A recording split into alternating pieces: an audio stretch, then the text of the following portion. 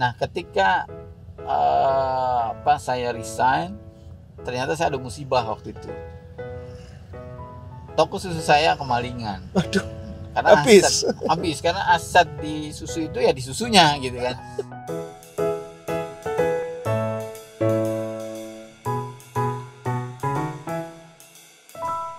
Selalu semangat, pantang menyerah. Juara ada untuk Anda, tersebar di seluruh dunia. Juara, juara, juara, luar biasa. Salam juara, bersama saya Panglima Juara Manusia 5 Kuadrat. Sobat juara, kita sekarang sedang berada di kota Depok. Saya sekarang mau ketemu sama sobat juara kita. Nanti teman-teman akan tahu siapa dia. Dia adalah orang yang spesial. Dia orang yang terkenal dengan kepiawaiannya dalam dunia marketing. Dan dia juga termasuk orang yang aktif berorganisasi. Saya bertemu dengan dia kira-kira 3 tahun yang lalu dalam sebuah kegiatan entrepreneurship. Dan setelah itu kita sering berkomunikasi, yang akhirnya beliau tertarik bergabung dengan juara menjadi seorang pengelola lokal. Nah, ini kita kayaknya udah mau sampai di outlet ayam geprek juaranya dia. Kita jemput dulu, nanti saya kenalkan ke sobat juara. Ya, sabar ya, biar dia masuk dulu. Halo bro. Waduh, gimana kabarnya nih? Kita lama nggak ketemu nih. Baik. Sehat? Alhamdulillah baik. Bro, kita sekarang lagi dalam acara Bincang Juara Semangat. di YouTube channel Panglima Juara. Nah, tadi saya udah kenalin sedikit tentang kegiatannya Bro Ubay. Tapi kayaknya lebih afdol kalau Bro Ubay sendiri yang menceritakan ke teman-teman sobat juara. Ya. Nah, Bro Ubay, sebelum ngomongin panjang lebar, mungkin bisa diceritakan Bro Ubay itu masa kecil dan lain-lainnya seperti apa, lahir di mana, dan kegiatannya apa, sampai kemudian sebelum bergabung dengan juara. Oke, Panglima. Assalamualaikum warahmatullahi wabarakatuh buat teman-teman semua. Saya masa kecilnya dari Depok ya. Jadi saya asli Depok. Alhamdulillah saya punya orang tua, dia pedagang ya. Jadi sejak kecil saya sudah banyak melihat aktivitas orang tua saya berdagang, bapak saya. Kemudian ketika saya masih kecil, pada umumnya saya juga bersyukur juga karena waktu itu di tengah kesulitan saya banyak ikut dengan teman-teman nyari duit ya, masih kecil. Kita nyari kayak pemulung lah ya, cuman pemulung dalam tanda petik yang bukan profesional gitu ya. Artinya kita nyari plastik, kita kiloin, kita dapat uang ya. Nah, kemudian ketika saya mulai SMP, setiap akhir pekan saya punya kakak di pasar, jadi saya bantuin ya. Hampir setiap minggu. Nah, kemudian yang memang cukup mengkristal itu ketika saya SMA. Jadi setiap pulang sekolah, saya sekolah di Ciganjur di Jakarta Selatan, saya selalu pulang sekolah itu langsung ke pasar Depok Jaya. Saya bantuin kakak berdagang. Jadi memang setiap hari saya sudah berdagang ya. Artinya sejak kecil memang udah dilatih lah untuk berdagang. Nah, kemudian ketika selesai sekolah, saya memang punya cita-cita besar ya waktu itu. Karena memang lingkungan saya agak santai, biasanya pulang sekolah nongkrong, terus teman-teman saya banyak begitu. Akhirnya waktu itu saya punya niat besar untuk bisa jauh di atas teman-teman saya yang waktu itu ada. Sehingga saya niat pengen kuliah ya. Memang waktu itu keluarga saya dalam tanda petik kurang mendukung karena secara keuangan kebetulan saya banyak ditopang oleh abang saya yang waktu itu ada krisis moneter. Jadi dia di banknya kena likuidasi. Sehingga akhirnya dia bilang ketika saya lulus sekolah itu, "Bay, tahun ini nyari kerja aja. Jangan kuliah dulu. Nanti setelah selesai kuliah, setelah dapat kerja barulah kuliah." Nah, saya waktu itu karena memang sejak sekolah saya cita-citanya kuliah, habis lulus sekolah, ketika mendengar itu tuh Kaget. membuat saya kaget gitu ya. Pokoknya ini nggak bisa, pokoknya saya harus kuliah gitu ya. Nah, ketika saya punya niat kayak begitu, ya di sisi lain memang dari sisi keuangan tuh nggak ada. Akhirnya saya fokus nyari kerja. Jadi ketika itu ijazah saya belum keluar, saya fokus nyari kerja. Alhamdulillah bulan Mei kalau nggak salah itu saya dapat pekerjaan. Nah, akhirnya saya langsung nyari kuliah yang bisa malam. Oke. Jadi ketika saya lulus saya dapat kerja plus saya kuliah gitu. Jadi langsung mendua ya. Langsung mendua. Ya langsung poli ya, langsung mendua. Nah, jadi saya menjalani proses peralihan itu luar biasa karena dari keluarga harus kerja, tapi sisi lain saya pengennya kuliah, tapi alhamdulillah Allah memberikan jalan, dua-duanya saya dapat. Lulus, Pak?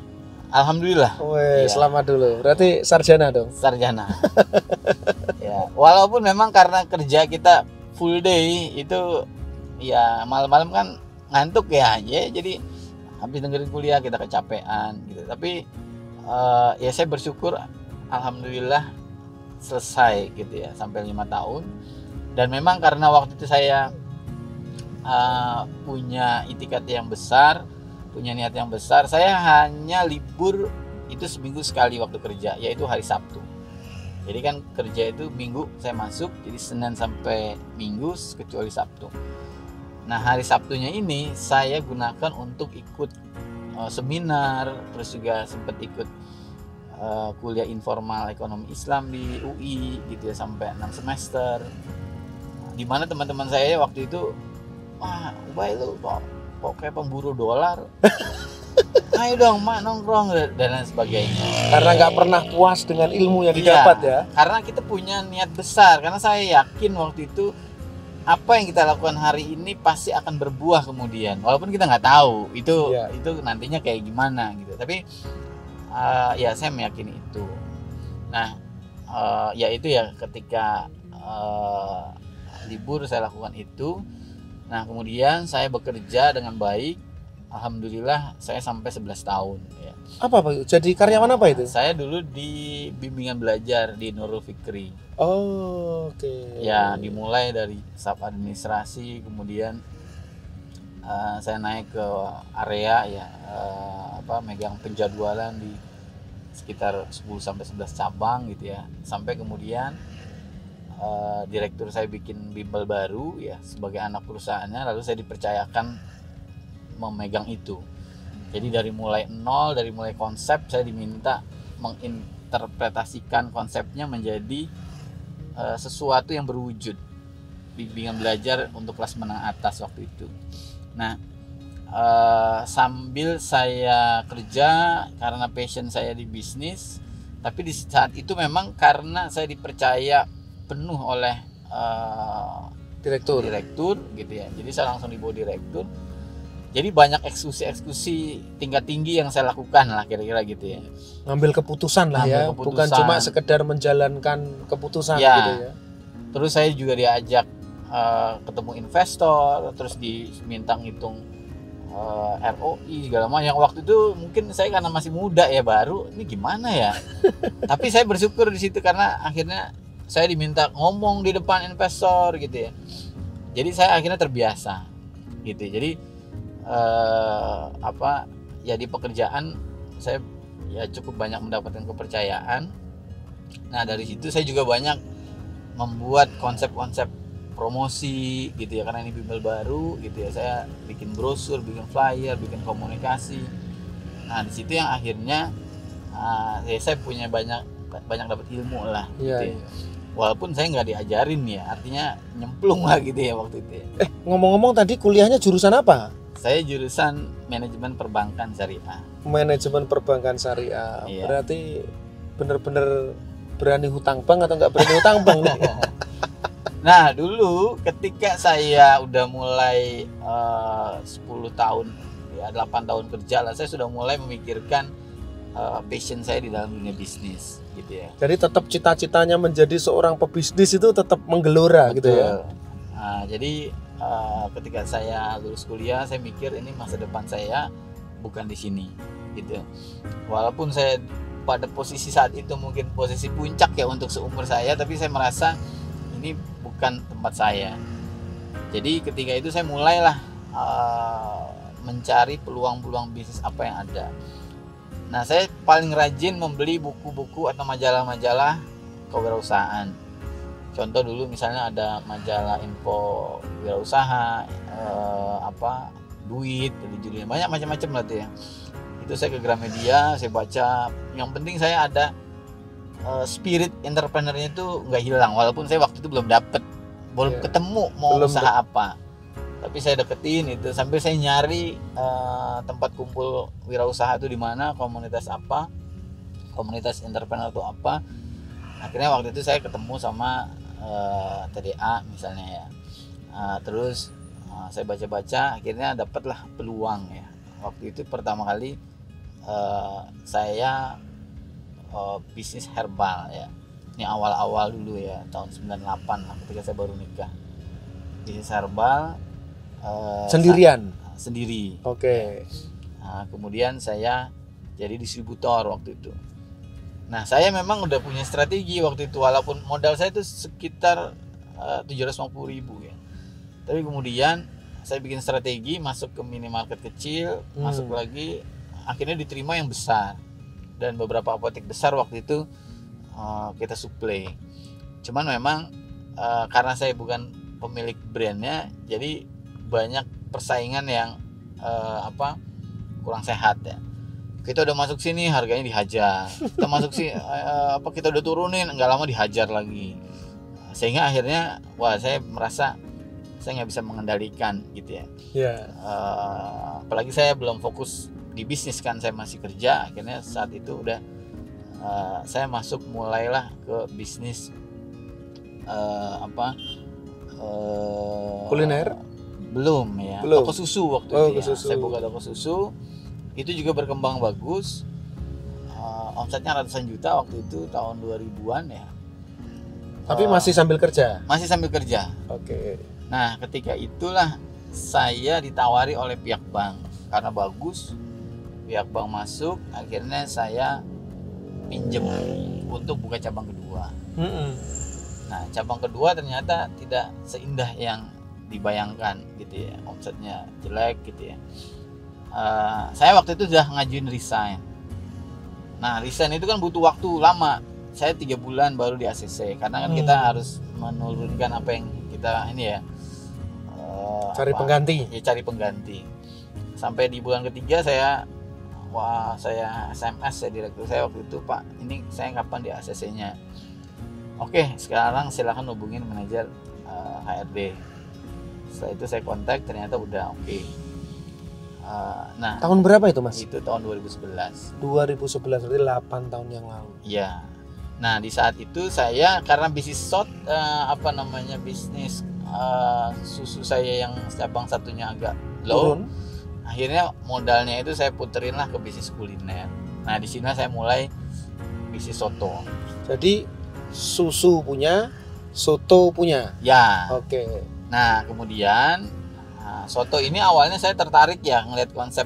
Ada bukan temen sih, saya belum kenal, saya tertarik. Lalu saya ngobrol-ngobrol, akhirnya saya diajak lah gabung untuk ngembangin soto Kauman ya, waktu itu Soto Kudus Kauman namanya.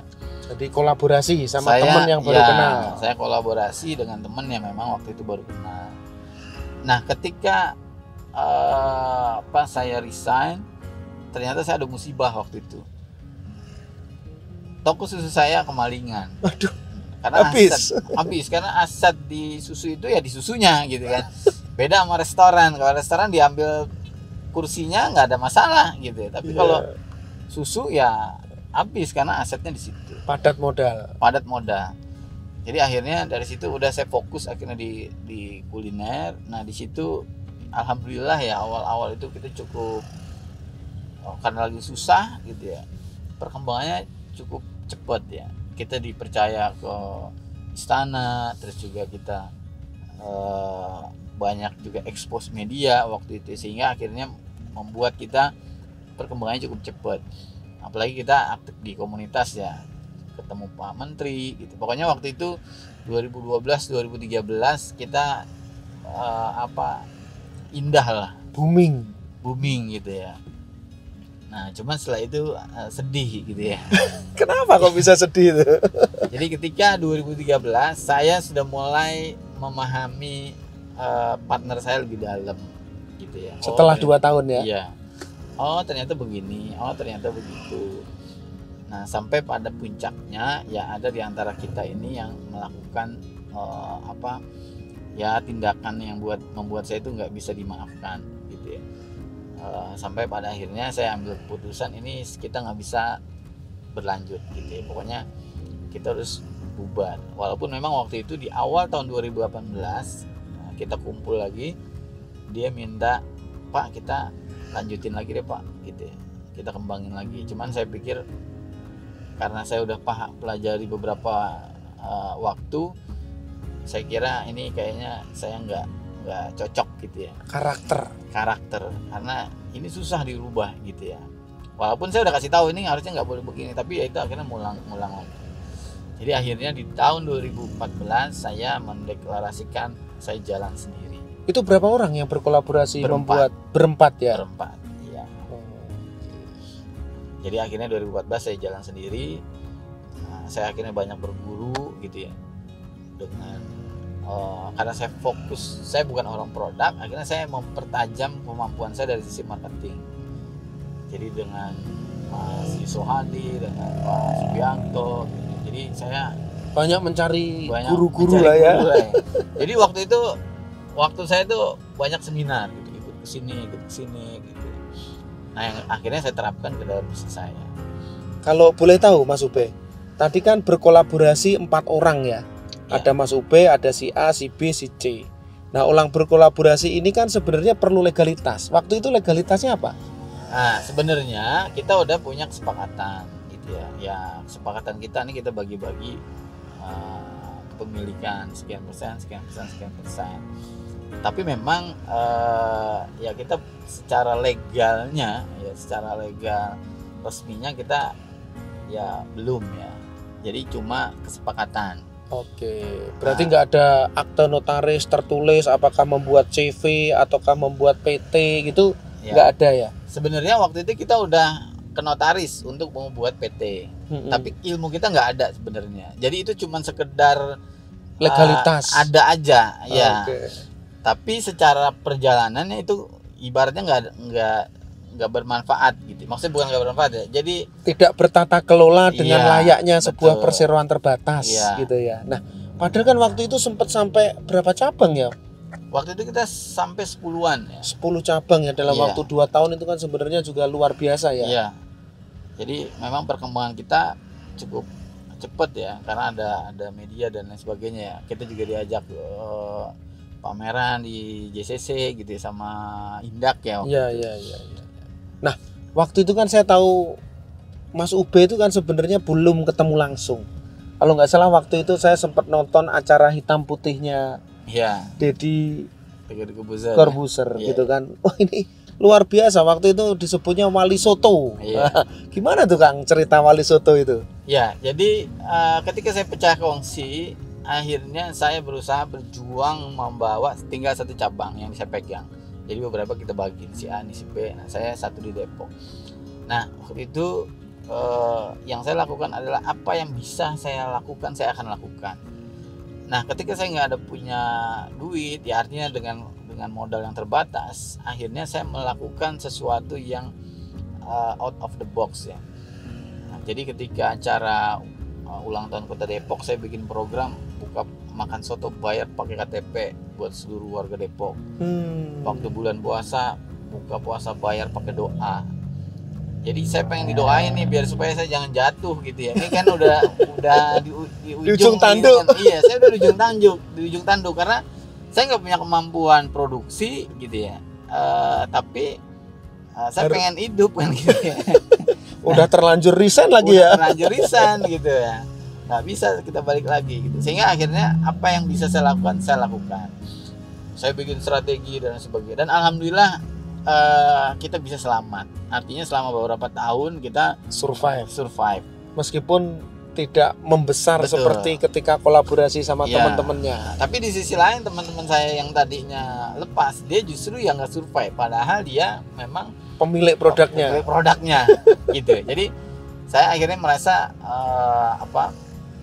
ya bersyukur ya bisa survive walaupun memang saya akhirnya jalan di tempat gitu.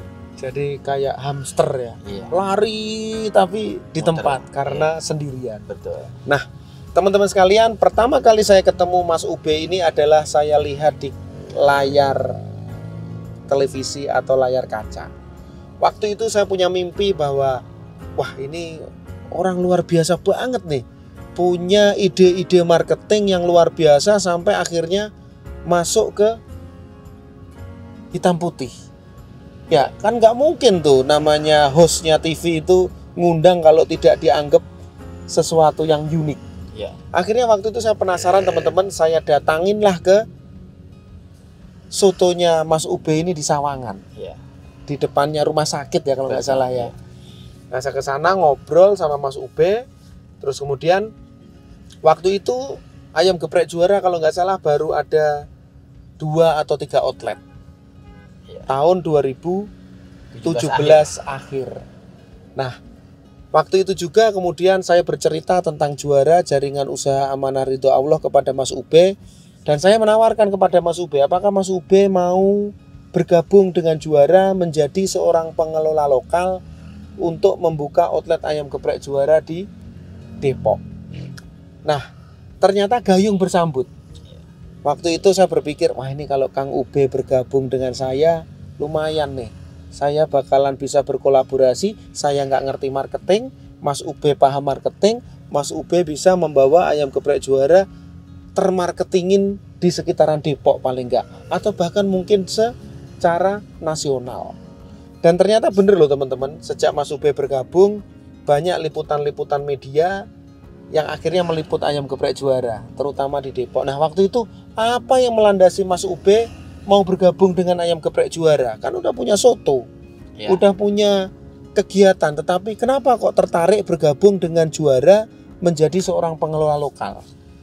Ya, yang pertama saya memahami, melihat profil saya. Saya punya kelemahan dari sisi produk gitu ya. Tapi saya punya kelebihan dari sisi marketing dan juga jaringan.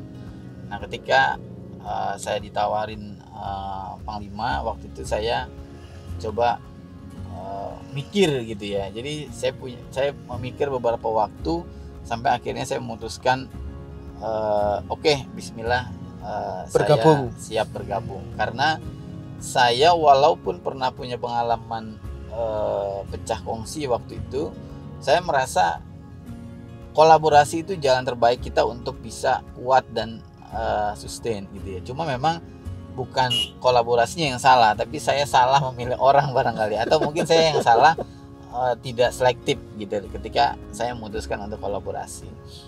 Nah, sehingga ketika saya ditawarkan untuk kolaborasi, secara prinsip kolaborasi itu sesuatu yang memang luar biasa. Jadi akhirnya saya terima ya waktu itu ajakannya. Tapi kemudian saya mengasesmen diri, saya juga nggak bisa jalan sendiri. Waktu itu saya juga bentuk tim. Jadi saya cari orang operation yang kuat karena saya punya mimpi besar ya. Jadi saya ketika ditawari AGJ ayam geprek juara ini nggak hanya sekedar oke, saya buka 1, 2, 3, tapi memang saya sudah punya mindset besar. Ini akan besar, saya bilang. Sehingga kita harus punya tim yang kuat. Jadi waktu itu saya sudah invest di tim ya, saya cari tim, saya cari partner, dan alhamdulillah dapet ya.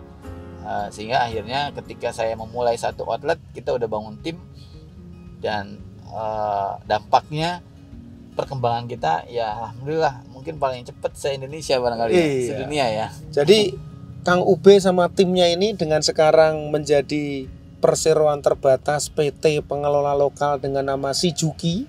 Ya. Juara Kuliner Indonesia sudah mengelola 14 outlet ayam geprek Juara di Depok, Jakarta Barat, Tangsel Tangerang Selatan.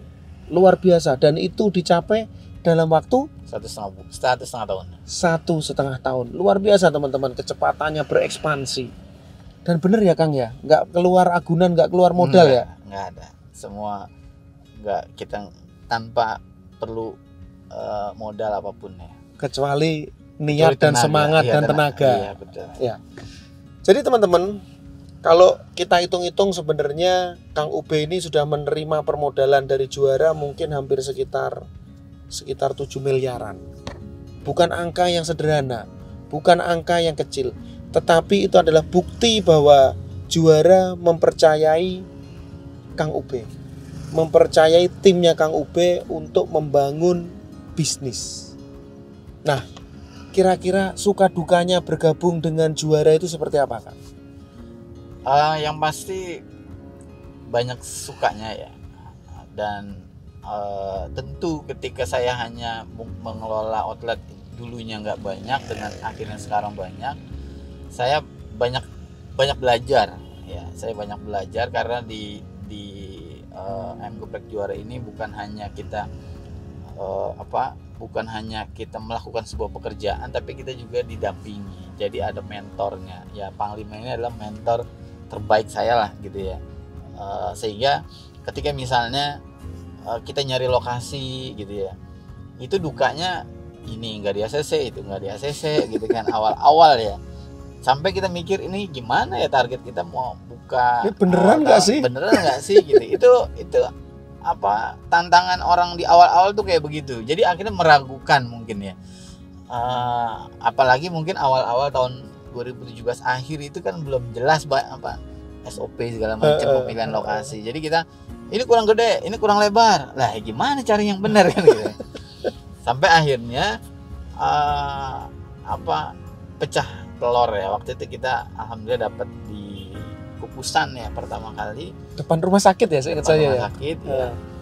Nah, ketika kita sudah dapat dengan susah payah, tentunya akhirnya kita punya dapat pembelajaran yang banyak di situ.